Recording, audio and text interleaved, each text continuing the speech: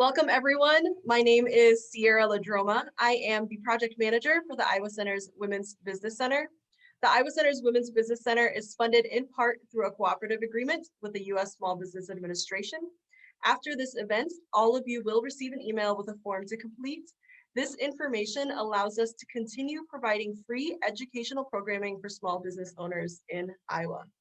Throughout the webinar, feel free to use the chat box to join the conversation. Today, we are joined by Dr. Deborah Bishop. She has been at the Drake University since 1996 and until February held the position of Director of the Buchanan Center for Entrepreneurial Leadership, as well as the Papa John Center for Entrepreneurship Outreach. Dr. Bishop has taught courses in the entrepreneurship, operations improvement, break-even analysis, and procurement to business professionals.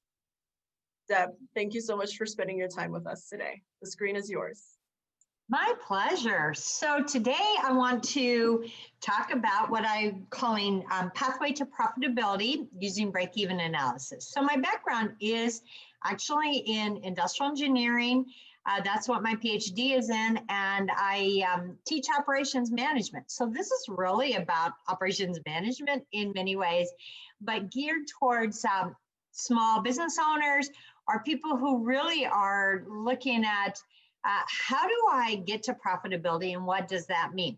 So please use the chat function, and Sierra and I will both be monitoring that, and so that we can have a conversation. If I spend the next 45 minutes just talking about it and don't have any questions or any communication with you, it'll be boring to me and maybe boring to you as well. So welcome Ben and Bernie and Eden and Katie and Kelly and Zach. I'm so excited to be talking with you today. And again, I want to make this engaging, interactive. We will use the chat function, and also if you have a question, allow you the opportunity to ask the question or to talk back to us. So let's go ahead and get it started. So I want to begin with a conversation about what are some of the key costs of doing business. And so I want you in the chat box right now for the next minute or so. I'm going to be quiet, and I want you to write out for us what some of the key costs are of doing business. What are your day-to-day costs? Maybe what are your strategic costs? But start writing in the box what some of your key business costs are. Bernie has a great start for us, but that's all I'm seeing is commercial rent. What are the other costs? Go ahead, Katie. Keep them coming. Good. All right, we're getting some good costs now. Let's see if we can get a couple others. Okay, while you're still typing, I think this brings up, for me, a really intriguing question is what are your businesses? Or I want to hear a little bit about, we have a small group, there's only 7.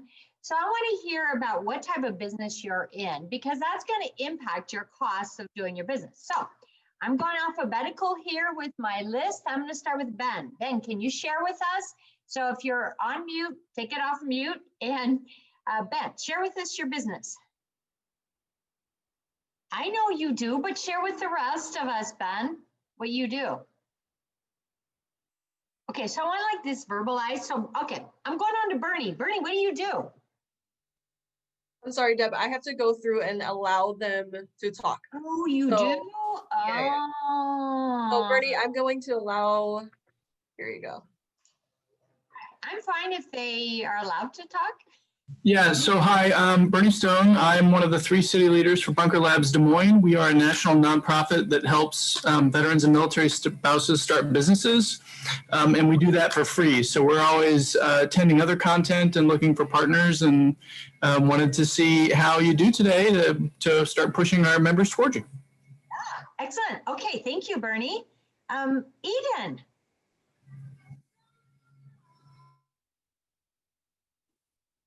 Hello. Hi, Eden. Hi. I was typing my answer about expenses. Sorry, I didn't finish yet. That's okay. That's all right. So Eden, tell us about yourself. I live in Fairfield, really small town, population about 10,000. I know where And it is. I'm opening a couple of resale stores. Resale? Resale. I like to say specialty resale because I plan to be a little more selective with my offerings than a large place like Goodwill might. Ah, And I have my storefronts. I'm waiting for the landlord to finish a renovation on one place, and I'm working on another place. And yeah, I hope to be open in a month or two.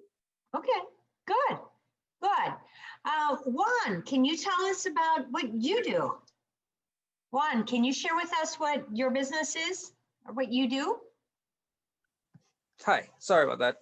It's okay. Yeah, I'm a business development specialist for Lutheran Services in Iowa, and Ah. I work with refugee population and immigrants that are trying to either do farming for a business or people that are trying to develop a small business.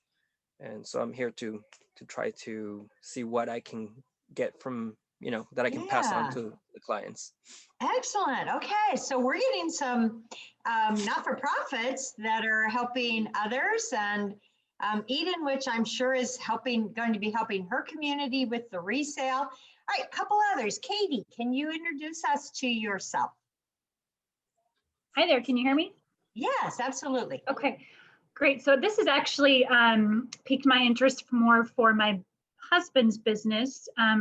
We own a auto detailer and motorcycle detailer, and are contemplating opening a new or moving to a new space. Maybe the perfect day for you then. So yes. Excellent. Yes. So that's kind of where my interest lies, on taking a jump on a whole new and bigger venture. And that's Yeah, great. Okay, so just a couple more. We have Kelly. Can you share with us, Kelly? Good afternoon. I'm in Dubuque, and my business is going to be creating desks for students. So with the pandemic and so many learners working from home, so they're going to be fun and colorful. My background is I was a VP in banking in the chamber industry, took 4 years off to be with the children. And so I've rented a studio down in the warehouse district, and it's in a maker space. And I'm working with my vendors to fabricate the legs for the desk. And they will be powder coated in fun colors. And the students can then pick and switch up the colors, the different accessories with it. So I share my strengths because my weakness is the area I have least experience is on the manufacturing side, and I've got some wonderful vendors, but this topic hits an area that I have lots of opportunity to learn. So thank you. Good. All right. And I think we've not heard from Katie. Wait, yeah, have we heard from Katie? I don't think so. Katie? Oh yeah, we did hear from Katie. Sorry. Sorry, I'm getting the alphabetical order changes. Yeah, so I did hear from you. Okay, excellent. Thank you. This gives me great perspective. So we have people starting out, people trying to grow. We have those that are helping others in a not-for-profit world. So this is excellent. Gives me some great context for the things that I want to talk about. And again, Ben, back to you. Do you want to just share with us who you are, please? Yeah, hi, Dr. Bishop. Can you hear me? Hi, I can. Sorry about that. Yeah, so I work as the client services consultant here at the Iowa Center, and I meet with all of our small business partners, entrepreneurs, trying to connect them to our resources, both internally and externally, to help them start or grow their business. So I think there's going to be a lot of great tips in here that I can use as people are looking to start or kind of take that next step to help break even, make some profits, and figure out how to limit their expenses. Yeah, Perfect. Thank you. Thank you. All right. So I like that it's a small group. We should be able to have some good conversation today. But let's talk about what some of those key costs are. So as I look through the chat, I'm just going to kind of mention them. So commercial rent, we're going to get to rent later. That's a big deal. So I see rent again, utilities, those overhead costs. So we're going to talk about the idea of direct costs versus indirect costs and what does that mean? Marketing, yes, the computer hardware, software, inventory, technology, packaging and shipping, contract services, that's another great point. And so, yeah, you bring up some great things to get us started. All right, so let me kind of outline some of the things that you've covered and some of the things you haven't covered. So we talk about this idea of infrastructure costs. So infrastructure costs oftentimes are those what we call indirect costs. Those are those costs that you're going to have whether you sell a single thing or not. Okay, so those are the things like that lease cost, that having that physical location, insurance. So are you insuring your materials? Are you insuring your operations? Are you insuring the space? Those insurance costs, the costs to maintain whatever it is that you have, advertising costs, marketing costs, any contract services that you might have because you don't have the expertise. So we're talking about things like accounting, legal, maybe HR, some of those types of costs that you're going to contract out. And then your materials costs, any supplies, any inventory, those materials for your desks, those types of things are costs that you're going to incur. So some of those costs are really, really critical to your operations, to maintaining them, to keeping them going. And I did not see one of the key costs that anytime I do this, whether it's with students, whether it's with a individual consulting, whether it's a small group, there's a cost. There you go, Bernie. Yes, salaries. And typically the last cost to ever get covered is paying yourself. So if you're doing this, don't you want to pay yourself? And that's something that tends to be the last thing that happens. So we're going to think a little bit about some of those costs. I think we've kind of outlined them. We're going to talk specifically about costs associated with location, because that is very often a very expensive cost that you get tied into for a very long amount of time. So we want to think about that separately in just a minute. But let's talk about this idea of revenue versus cost. So when we think about revenue, how do you have it be recurring revenue? Okay, because some of your costs are going to be one-time costs of startup. Some of them are getting costs associated with continuing your operations over a period of time. But what about those revenues? What are your revenues? So if we think about, I love the desk idea, absolutely a COVID generating idea. And we've seen a number of things related to COVID. We've seen how it's caused businesses to have to pivot, to have to shift. We see new businesses emerging out of the pandemic. It's been fascinating for me as an operations person and working with startups to look at not just locally, and I love the fact that I have businesses from Fairfield and from Dubuque and not just Des Moines. When we do it in the classroom setting, that really constrains just more local businesses. So I love the fact that we're across Iowa right now. But you have to think about how you're going to generate revenue. Because again, if you have fixed costs or those costs that are there no matter how much revenue you generate, those are things that you have to make sure you're covering. So this idea of revenue and recurring revenue is really, really important. Another thing you have to think about is there a seasonal aspect to your revenue? I think, again, I'm thinking about the desks. What a wonderful idea for a Christmas present or for birthday presents for those kids. But to think about that revenue, how are you going to market it? How are you going to advertise it? Are you going to see a peak demand over the next couple months as we head into the holidays because you've got a gift aspect to it? And what happens after the first of the year? Because those fixed costs, those costs that are going to happen no matter what your revenue is, are going to be there.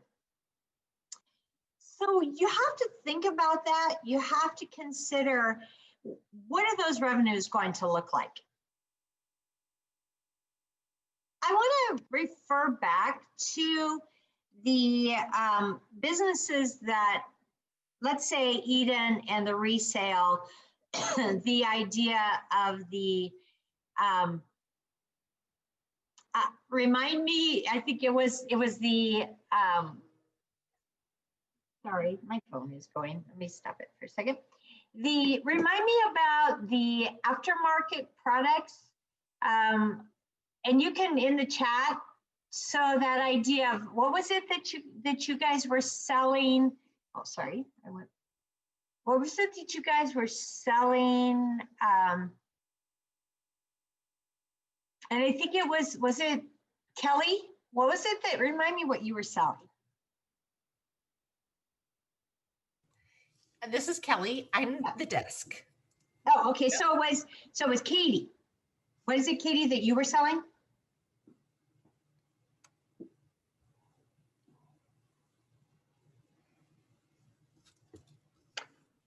So my husband's business is a motorcycle and auto detailer.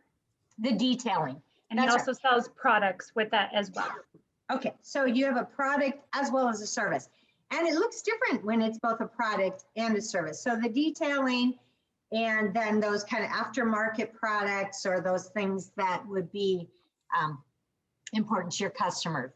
Okay, good. So you got goods and services.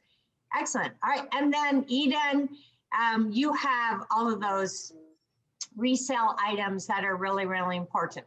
All right. So if we think about it and we think about those revenues, I want to talk about this idea of break even, because that's what the whole context of what we want to look at today. So any business has what we call fixed costs and variable costs. So the location, at least part of the salaries, maybe that insurance for your brick and mortar, all those are what we call fixed costs. Okay, and then we have what we call the variable costs. Those are costs that are going to change.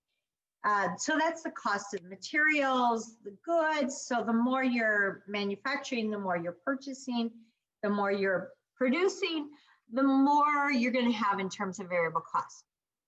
So when we look at, and we'll look at this break-even chart that you have in front of you, you have to sell a certain number of units or a certain volume in order to break even.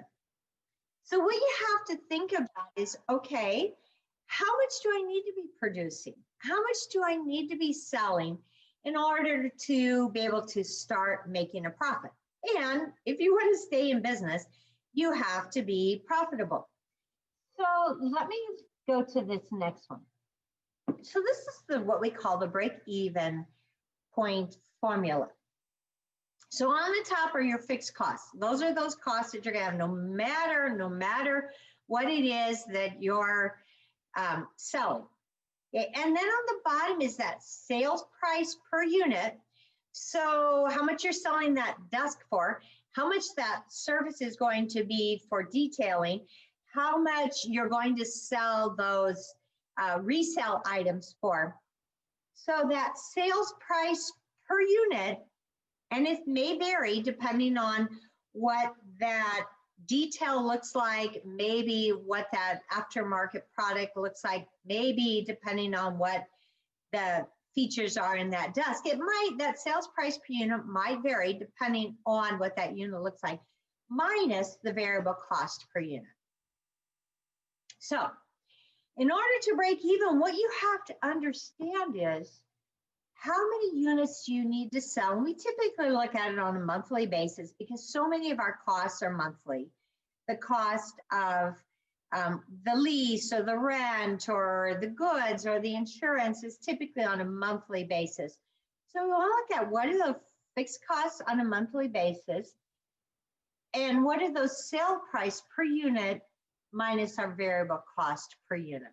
The variable cost per unit is often going to be maybe a labor cost to produce that. It may be the cost of the materials, whatever it is for that good.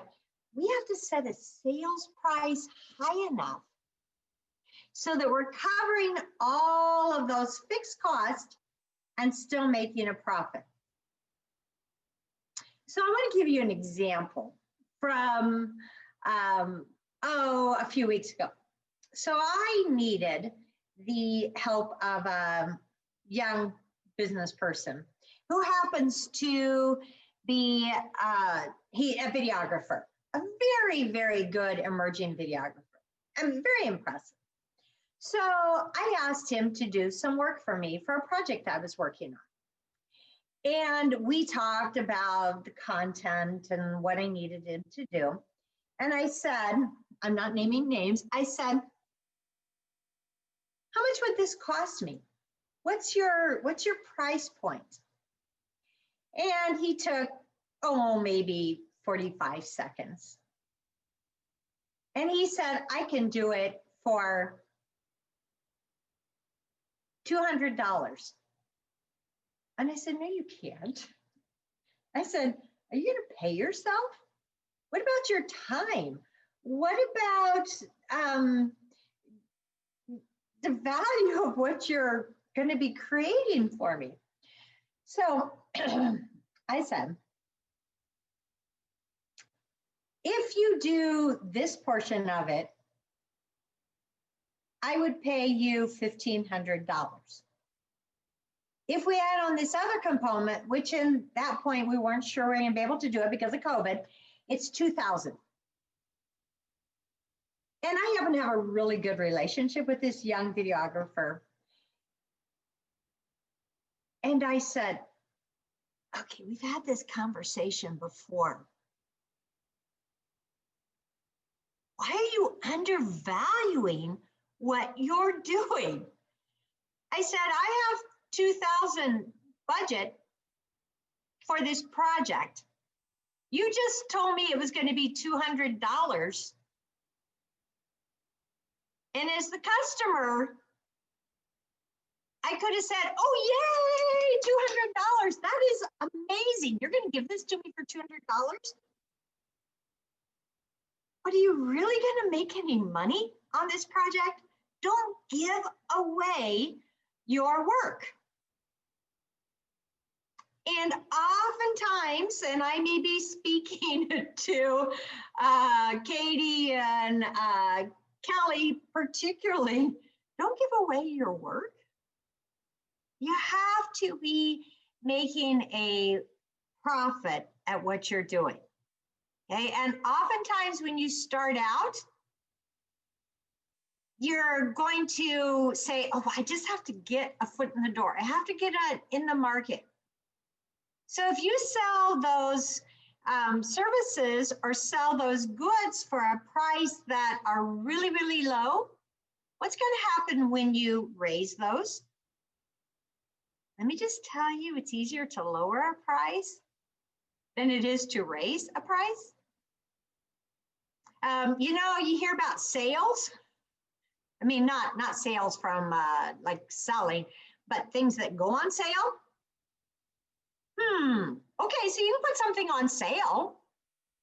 You can market like a, you know, 2-day sale or Black Friday sale or something like that.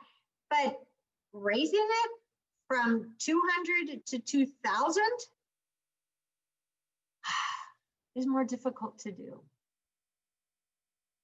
So you have to think about what is that sales price per unit that's going to allow you to sustain. So here's what I tell people to do. Okay, if we were in a classroom and we had a whiteboard, I would tell you to list your fixed costs, to list your variable costs, to total up those fixed costs, not forgetting to pay yourself, and add that in and see what your fixed costs are.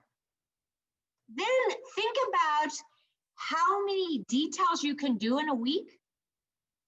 Think about how many of the actually you can produce in terms of the desks. Okay, if you're talking to as a not-for-profit and you're working with refugees or you're working with a particular demographic, these are conversations you need to have with them as well. Is what can they price? What can they expect to get out of it? And in the end, if you can't make a profit on what you're doing, how can you sustain what you're doing? And those are the things that you really have to think about before you start to sell something. All right, I want to give you a classic example of profitability. I don't know if you've heard this story, but this is Twitter. So Twitter was designed in 2006. It debuted in 2007, so we're talking 13 years ago. In 2013, they filed to become a public company. Were they making a profit at that point yet?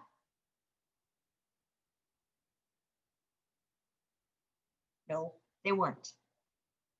Okay, they were still not making a profit. So 2006, 2013, and at that point, they were still operating really this social networking element. In 2019, they finally were starting to get a business model in place that could yield some profitability. And we have seen that over and over again, particularly in virtual things, where it makes a whole lot of sense, but how do you get it profitable? If you think about Facebook, what was Facebook's strategy? Are you paying for Facebook? Am I paying for Facebook? No. But what do we see now in Facebook? We see targeted ads that the commercial sector finally said, okay, I can market on Facebook. It's going to give me some opportunity for profitability. And once they figured that out and how to monetize Facebook, then they finally had a plan, finally had a strategy in place. So one of the things you have to think about is, and I've worked with a lot of people who were starting up apps, and I say to them, an app is not a business. Okay, how do you get that app to be a business? How do you monetize it? How do you get someone to pay for it? And oftentimes it is the marketing, it is the commercial who are willing to come on and help you monetize it that you really have to think about.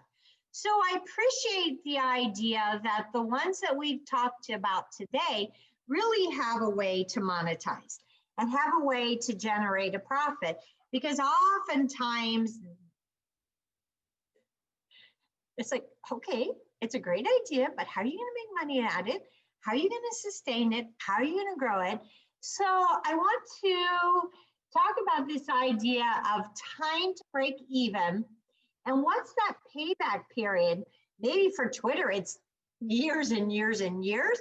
Maybe for you, it's hopefully a much shorter payback, because if you don't have someone backing you, if you don't have somebody that's investing in you, that's going to help you, which most small businesses do not have, how do you keep going? So this idea is starting versus scaling. So we think about the starting is about your vision, your values. I have a feeling, Eden, you have a vision, you have values that are behind what you're doing. Same with Kelly, same with Katie. You have something that's driving this, something that was the reason why you wanted to start your business. You also had some expertise. Maybe you've got a reputation in the community that has allowed you that opportunity to pursue what it is that you're wanting to do. So that vision and values is the basis, what drives it. That expertise and your reputation is what helps you build it. And then that idea of scaling is absolutely about understanding your market. Understanding that if you're brick and mortar versus virtual, that's going to look different. And in the COVID world that we live in, understanding that brick and mortar versus the virtual. And do you have both? Eden, I like that. 100% mission and message. Yeah, that's where you have to start. And it's absolutely about building that network. Who's going to buy from you? Who is your network? Understanding how you build that and how they can support you, that they can help communicate your message. Those first desks that you sell, get those out on social media. Use your network to show how cute and how valuable they are, and use that network to help you build. Okay, so those are the things that you have to think about as you're trying to scale.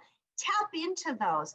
Once you have that price, and use your network to help you understand what a price is, what your price should be. What are people willing to tap into? What are they willing to pay for whatever your good or your service is? And I want to absolutely talk about what I call the elephant in the room before we open it up for a little bit of discussion. And I like to call this, and the location is ... So, Eden, you talked about a location and a second location.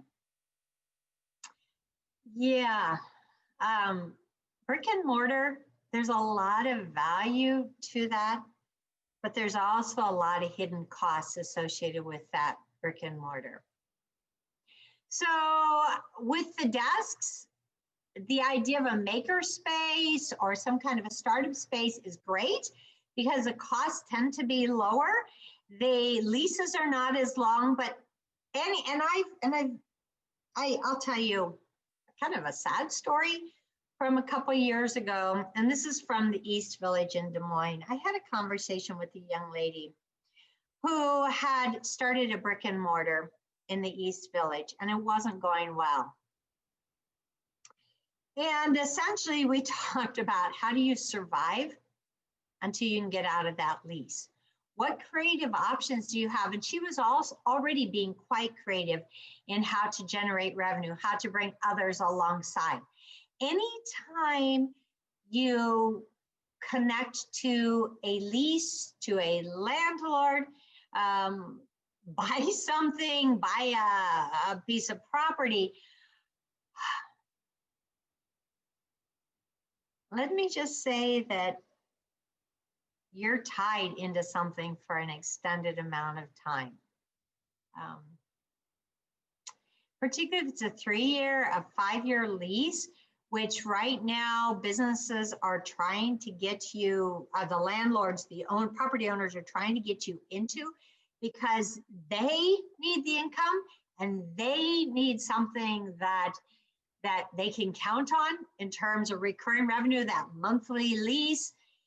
Insurance agents, whomever it is right now, are looking for that recurring revenue. And a piece of property, leasing, owning, is recurring revenue to a bank or to a landlord or to an insurance agent or to whomever it is that come alongside that pieces of property. So location may be very, very valuable, but I think in a COVID era, businesses have come to understand that they cannot rely on brick and mortar.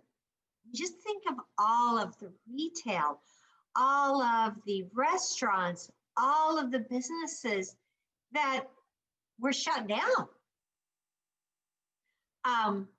So Eden says, fortunately, a friend owns the building. He's going to give me the first year rent free. Good for you. Good for you, Eden, to be able to have a strategy.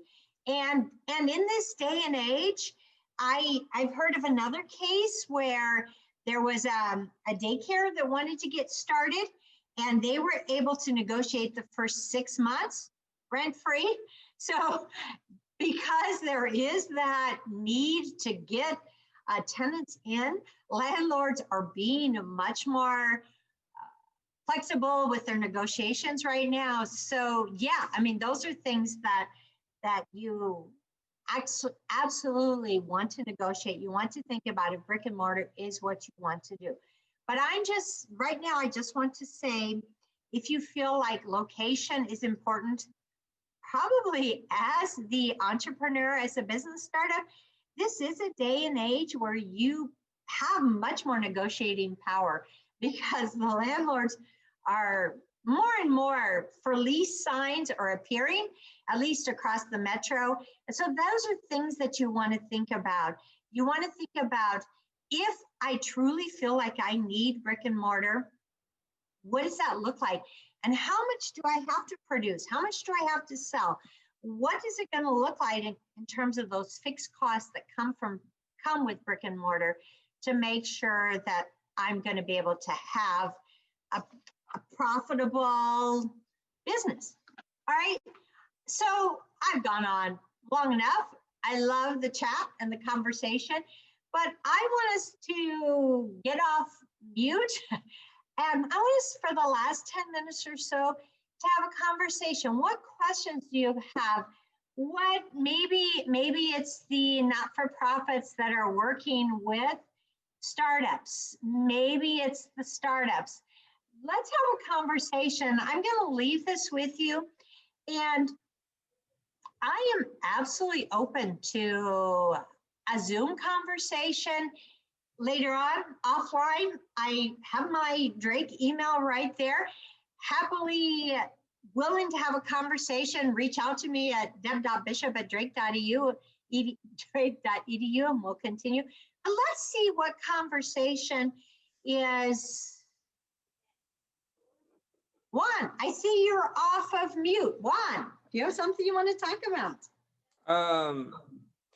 So for our clients, the costs associated with being able to be independent from our program, because we have an incubator program, are pretty big, because we're talking about farmers, and I guess it depends on what kind of business, but when we're talking about farmers and trying to find land, a lot of times they're looking for a house to live in and acreage and things like that, and that's a little bit of a challenge. So right now I'm trying to focus a lot in scaling to be able to have that capacity. And that includes many things, but one of them is like having a plan on how to get from your current income and credit and things like that to a higher capacity of like how much do you need to get in order to be able to afford that jump and have your own farm type thing. Yeah, yeah. So it's a little different, but it kind of goes back to the same idea of like what's your um I'm forgetting the term. I'm sorry. That's okay. Your Like the fixed cut even. costs, your Yeah, no, like the cut even point, oh, break even, the break break point. even point. Yeah. It's like, so Yeah. getting to that is it's a challenge, but it's something that definitely needs to be taken into account. Hey, and Juan, just Yeah. offering, if you would want me to speak with you and your group specifically about farming operations, happy to do that, because and you all don't know this, but I have spent, I've been to Africa over about 20 times now, been to Uganda specifically over maybe 15, 17 times. And there are probably some models that in terms of cooperative and things that we can think about that one offline, you and I might want to have another conversation about. So Absolutely. happy to chat later. Okay. Thank you. Yeah.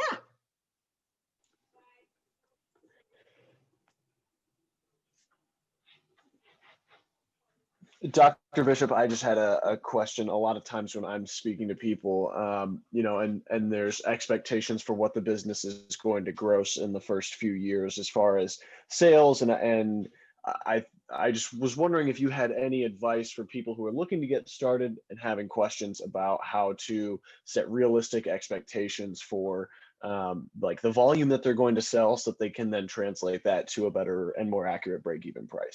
Oh, absolutely. I have seen over the years lots of inflated expectations, should I say, and that is a problem. You know, we're going to make 100,000 or 500,000 in the first year. Very, very common. So I think what has to happen is you have to be able to get it down into a granular level. So what does that 100,000 look like? And I will give you, I've seen a couple examples where it wasn't feasible. So you have to really think about, is it feasible? I'll give you an example of a business that I worked with where they were providing a service, and they had a price point, and I said, okay, they also only wanted to work 30 hours a week. And I said, have you done the math? At this price, at 30 hours a week, at how much time per service, like an hour or an hour and a half per service, plus your time behind the scenes to actually do whatever you need in terms of paperwork or planning. We sat down and we did the math, and I said, yeah, at that price point, it's not feasible. So one of the things that Ben, I think has to happen is actually do what I call a feasibility analysis. At that price, at that amount of time, at these kind of fixed costs, can you even do it? That's a tough conversation, but I think you have to get down to that granular level. Is it even feasible? I appreciate it. Yeah, definitely. Yeah. I think that's maybe where you're at, is that idea of doing, even before the break-even analysis, do a feasibility analysis.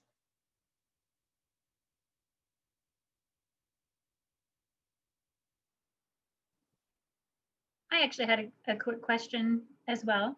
Yeah, Katie.